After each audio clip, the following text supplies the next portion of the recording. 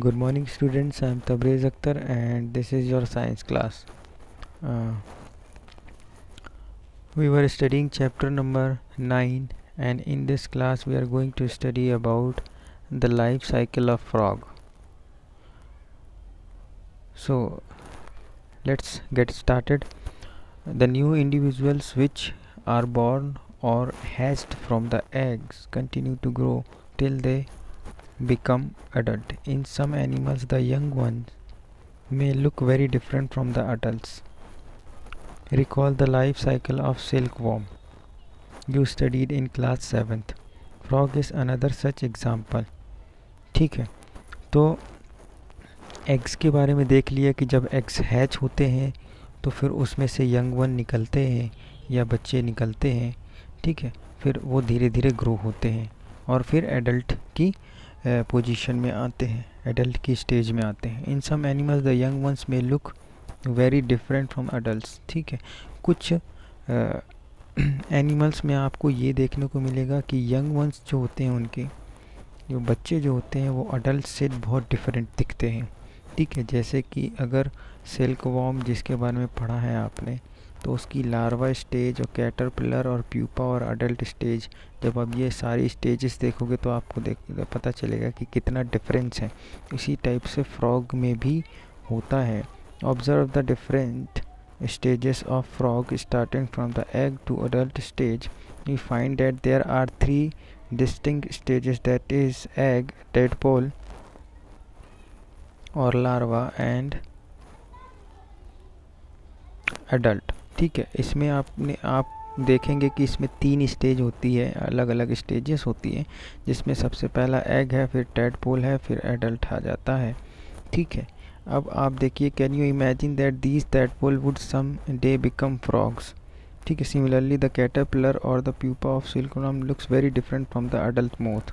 ठीक है, जिस तरीके से कैटरपिलर और प्यूपा जो होती है सिल्कवर्म की, जो कि आपने क्लास 7th में पढ़ा था, वो बहुत ही डिफरेंट दिखती है जैसे कि अडल्ट मॉथ दिखता है. यानी उसकी डेवलप्ड स्टेज जो होती है, जिसको हम मॉथ कहते हैं, उससे कितना डिफरेंट होता है जो प्यूपा होता है. तो उसी टाइप से जो फ्रॉग है, इसको देखो कि ये जो टैडपोल है, ये अर्ली स्टेज ऑफ टैडपोल है या फिर लेट टैडपोल है, ये और ये अडल्ट फ्रॉग है, इन दोनों में कितना डिफरेंस है कि नहीं. तो ये इस स्टेज से इस स्टेज में जा रहा है, लेकिन डिफरेंस देखो कितना ज़्यादा है कि ये किस टाइप से दिख रहा है और ये किस टाइप से दिख रहा है. ठीक है, तो यही डिफरेंस बताना चाहता है इस चैप्टर में.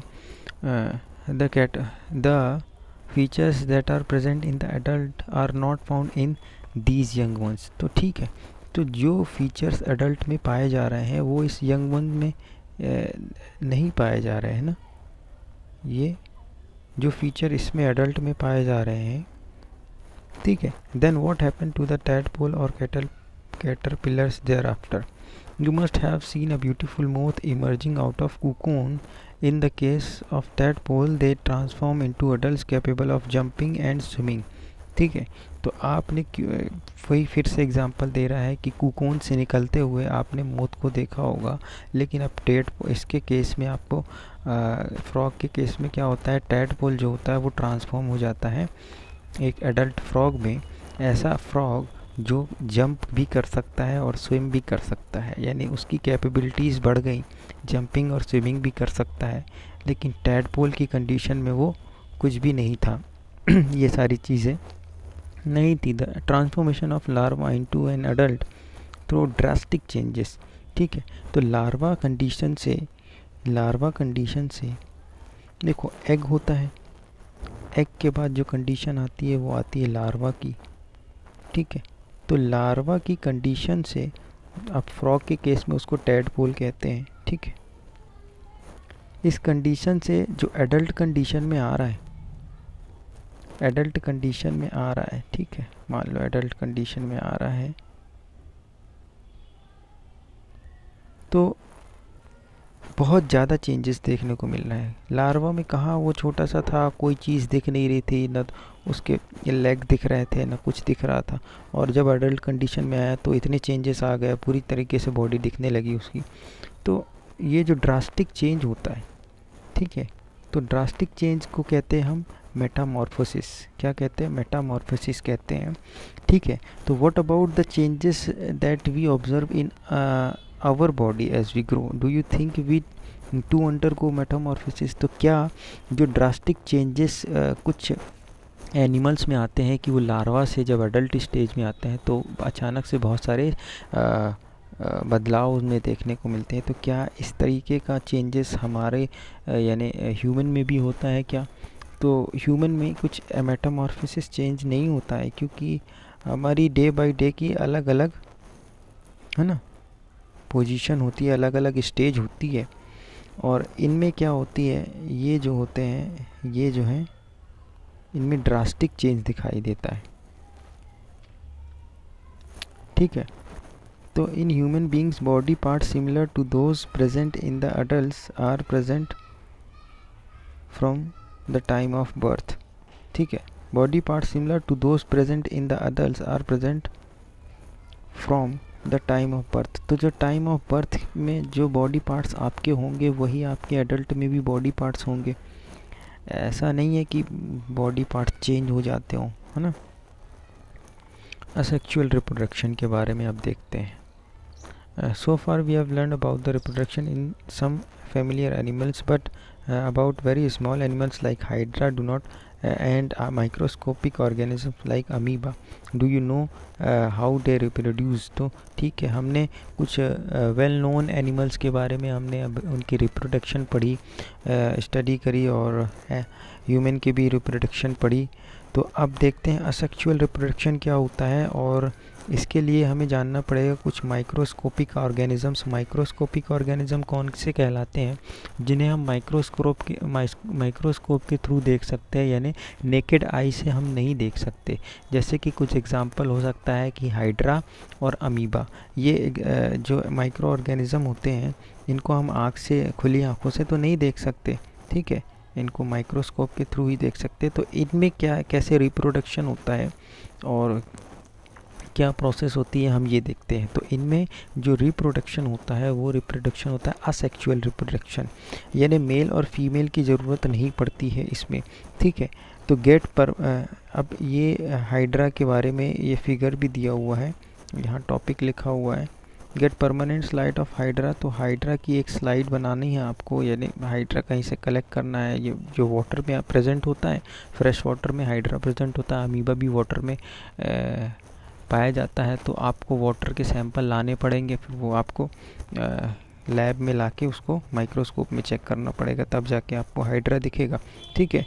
तो ऑब्ज़र्व करना है हाइड्रा को एंड हैंड लेंस और माइक्रोस्कोप से look out for any bulges from a parent body.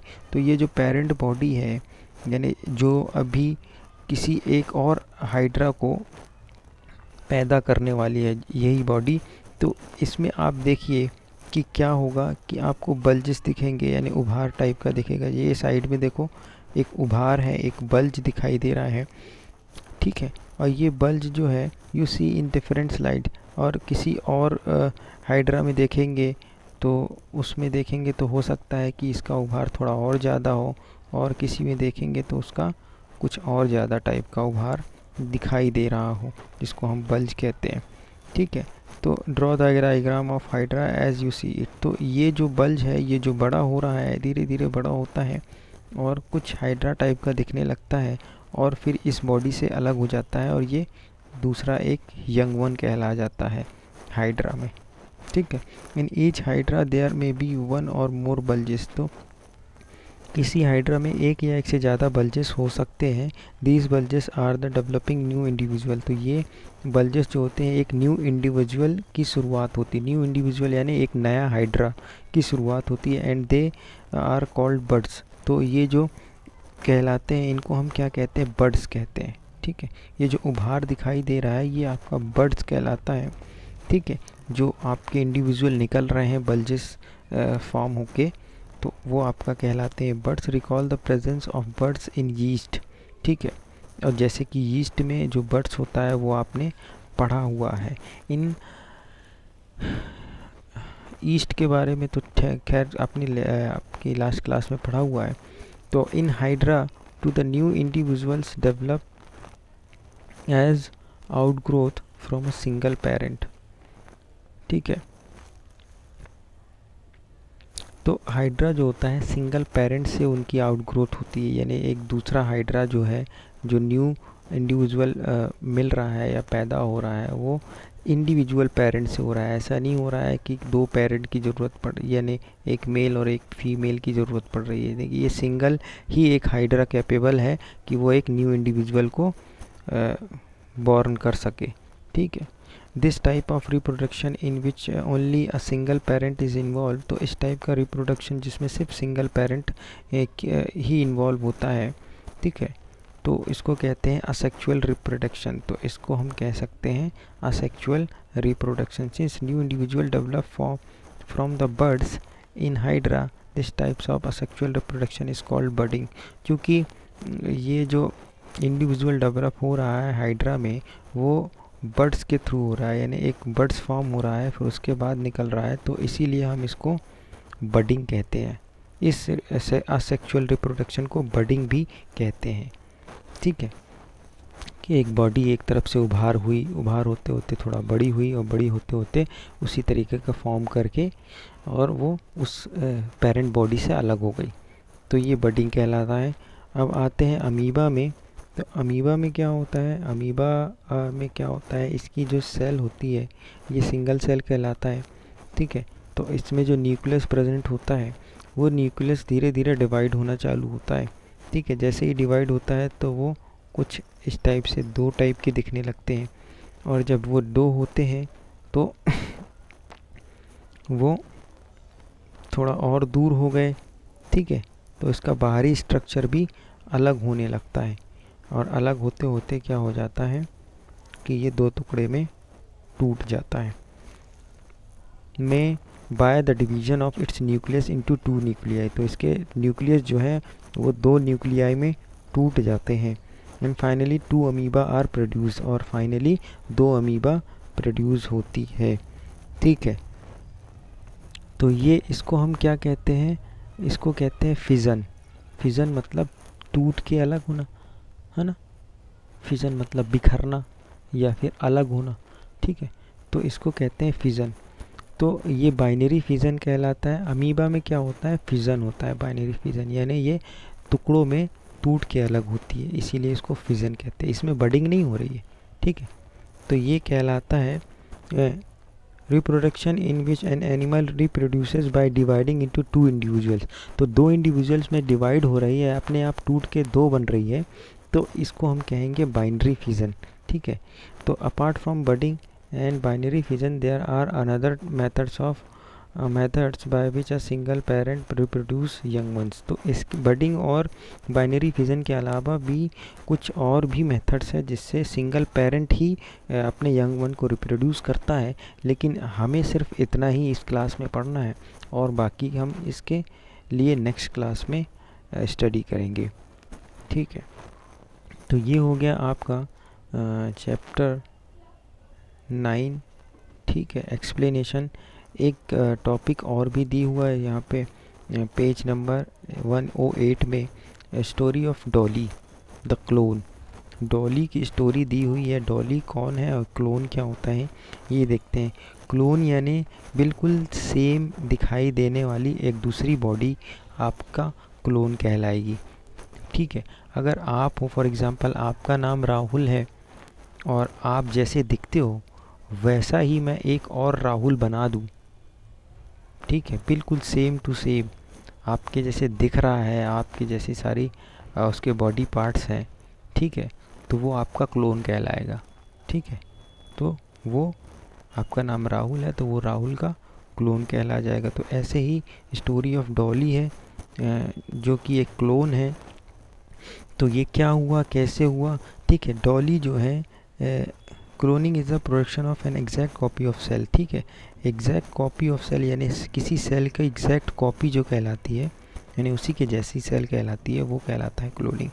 Any other living part और अ कंप्लीट ऑर्गेनिज्म, या तो किसी पार्ट के जैसा ही सेम पार्ट, या किसी सेल के जैसा ही सेम सेल, या किसी ऑर्गेनिज्म के जैसा ही सेल सेम ऑर्गेनिज्म, तो वो क्लोन कहलाएगा।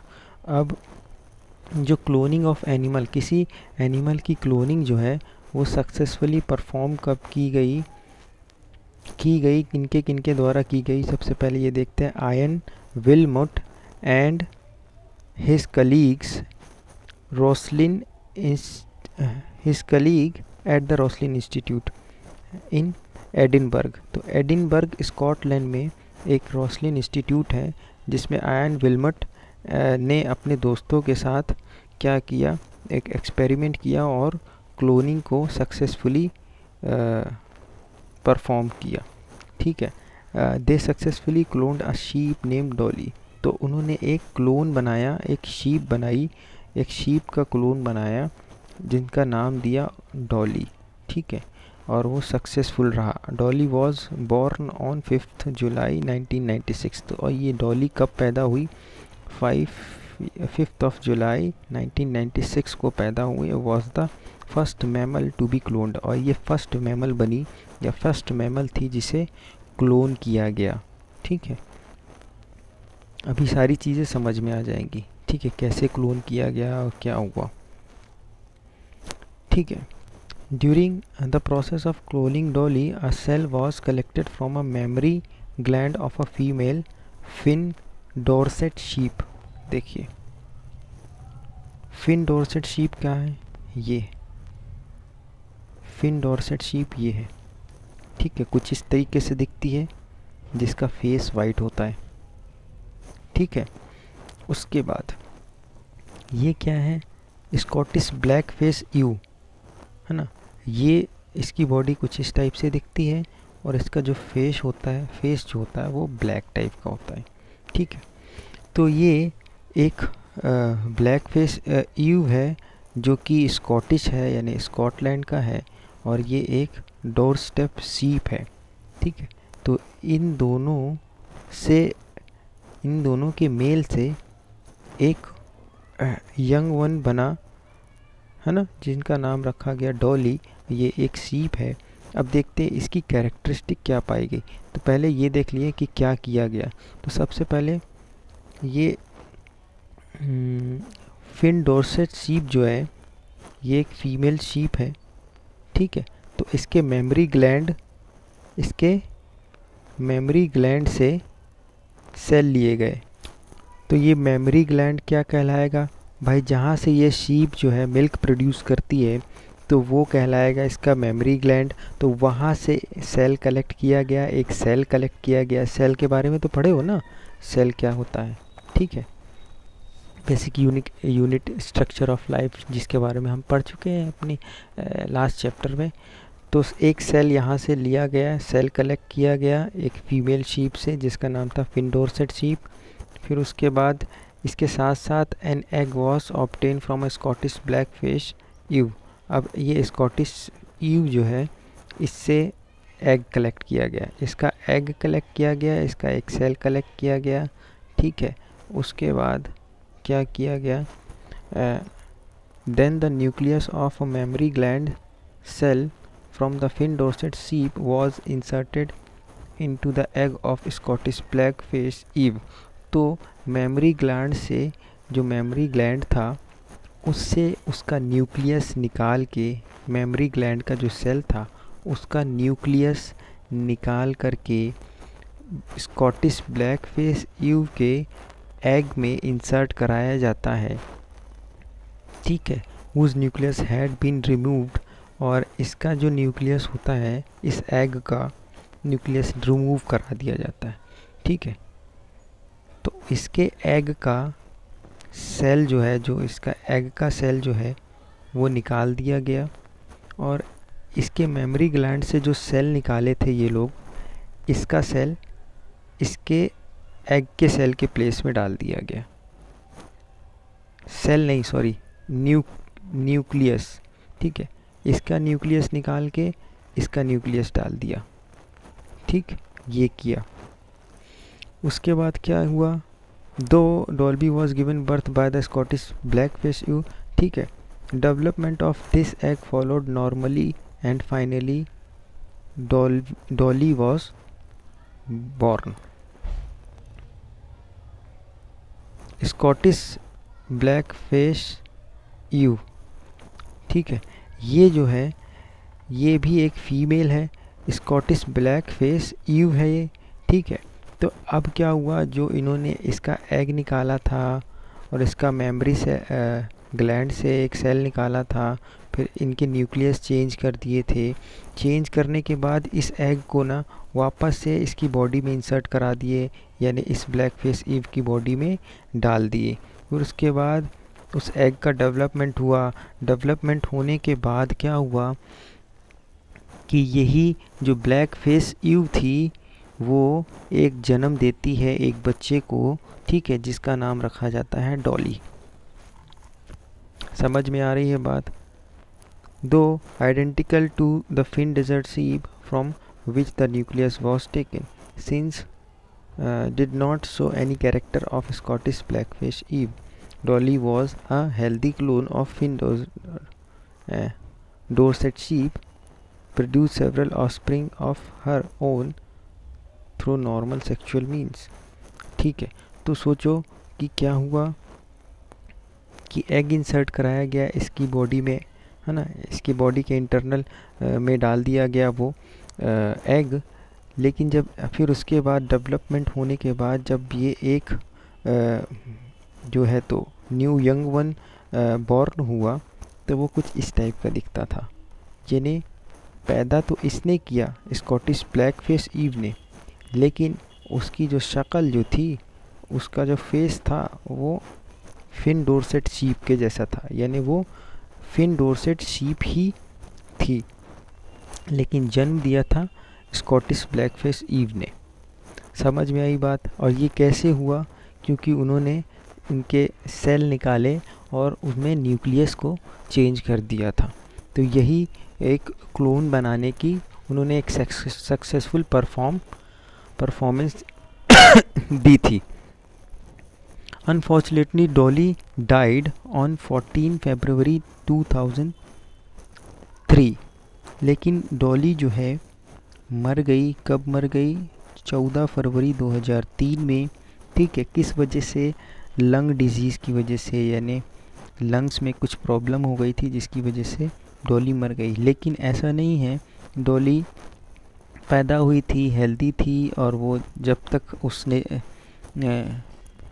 तक उसकी लाइफ रही उसने कुछ अपने बच्चे भी दिए और अपनी लाइफ नॉर्मल उसकी रही। और फिर उसके बाद इतने दिनों बाद, यानी ये जब पैदा कब हुई थी, है ना, इसके लिए इन्होंने लिखा हुआ है 1996, ठीक है, 1996 में। तो इसकी लाइफ ऐसा नहीं है बहुत लंबी रही, फिर भी कह सकते हैं एक अच्छी लाइफ रही। Since Dolly several attempts have been made to produce clone mammals, ठीक है। अब एक बात याद रखिए, क्लोन मैमल्स के लिए उन्होंने बहुत सारे अटेम्प्ट किए। इसमें क्या होता है, क्लोन मैमल के अटेम्प्ट में या ये इस एक्सपेरिमेंट में क्या होता है कि ऐसा नहीं होता कि सारे सक्सेसफुल होते हैं, बहुत सारे अनसक्सेसफुल भी होते हैं, जिसकी वजह से जो बेबी होता है, जो न्यू बॉर्न बेबी होता है या यंग वन होता है, वो या तो शुरू में ही मर जाता है, या ये एक्सपेरिमेंट पूरा कंप्लीट नहीं हो पाता है, या जिंदा रहता है कुछ दिन तक मर जाता है, ठीक है। The clone animals are many times found to be born with severe abnormalities. तो कभी कभी बॉर्न होता भी है जो न्यू बॉर्न यंग वन मिलता भी है, तो हो सकता है कि उसकी बॉडी में कुछ एबनॉर्मेलिटीज़ हो, यानी कुछ ऐसी चीज़ हो जो कि ना होना चाहिए, या पैर कमज़ोर हो, है ना, या पैर जुड़े हुए हो, है ना। तो कोई चीज़ कमी, जैसे कि कुछ हमारे ह्यूमन में भी आपने देखा होगा कि दिव्यांग जिन्हें हम कहते हैं, जिनकी बॉडी में कुछ ना कुछ प्रॉब्लम होती है, या एक से ज़्यादा हाथ या पैर हो जाए, है ना, या उंगलियां ज़्यादा हो जाए, ठीक है, या पैर, या ये बीच का बैक जो है आगे की तरफ निकला है, बैक जो है वो उनका मुड़ा हुआ हो, है ना, सीधा ना हो पाता हो।